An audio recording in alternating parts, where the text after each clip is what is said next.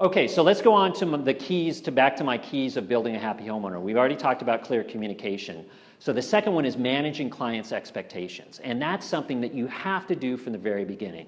You know, you can fall off a little bit on the clear communication at the beginning of a job, but managing clients' expectations, you've got to do that from the very beginning.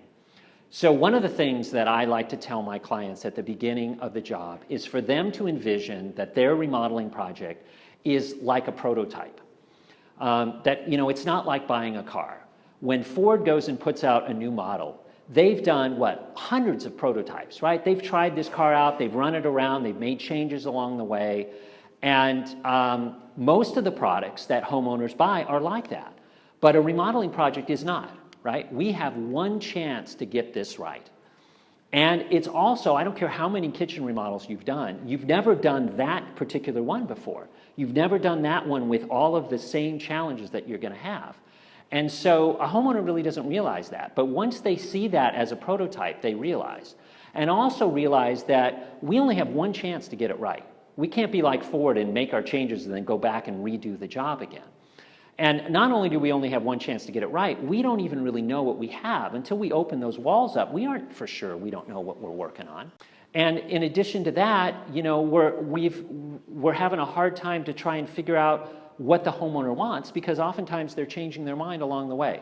So we've got a lot of challenges here, and it's important for the homeowner to understand that, and they have a more realistic expectation going into it. The second thing that I explain to the homeowner is that any remodeling project is an emotional roller coaster, right? There's highs, there's lows. I love this chart done by a colleague of mine, David Loopberger. I think, have any of you heard of David? I think David's spoken here before. He wrote a book called The Emotional Homeowner. Great guy. I use this all the time. I send this to every client at the beginning of the job, and I just say, look, here it is. You're going to have ups and downs along the way. And sometimes they'll look at it, oftentimes they forget about it. The CEO in Orange County that I'm working for right now, I just sent this to him last week because I can tell he was really getting discouraged. We're in the drywall stages. He's already had 2 change orders, so his budget's going up.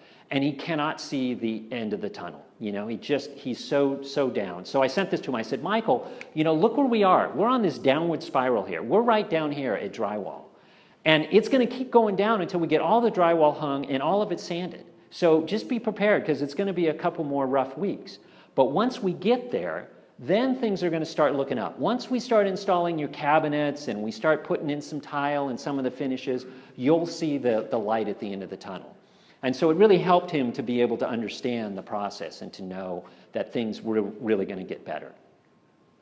Another thing that I think is important in managing client expectation is the construction schedule, and getting the client to understand that the construction schedule is dynamic. It's not fixed. And I like to say, you know, the minute you print the schedule, it's out of date. And probably many of you do this. I know many contractors, when you make your presentation to your client, you give them the budget and you give them a schedule. And I always take that opportunity, and I'll tell the homeowner, because what do? They look right to the bottom date, whatever it is, November 15th. And I'll tell them, okay, I just want to tell you right now, I'll take a bet. Any of you want to take a bet? I will bet you that this job is not going to be done on November 15th. And they look at me incredulously, and I say, you know, I don't know when it's going to be done. It may be before November 15th. It may be after, but I can almost guarantee you it's not going to be November 15th, because so many things change along the way. And so right away, it just kind of shatters that expectation that they have that, you know, they're going to move in before Thanksgiving. And I think that that's important. And that's what I love about a cloud-based construction management system, because you can always update the schedule. I'm on my jobs every week updating the schedule. And I do that for 2 reasons. One, anytime the homeowner gets on the schedule, that's our best estimate at that point. But also, all of the subs can know as well that they're looking at the most recent schedule. So if they want to see, hey, when are they going to be ready for us to come out to hang sheetrock? If they look at that schedule, they know it's not the printed one that the contractor gave them when he signed their subcontractor agreement 2 months ago. So that can be very helpful. Another thing which I would hope probably you all know, but you want to explain to the homeowners, are in change orders, that you not only add dollars, but you add days to a change order. And that when you add to a scope of work, you're not just increasing the cost, but you're increasing the time that it's going to take.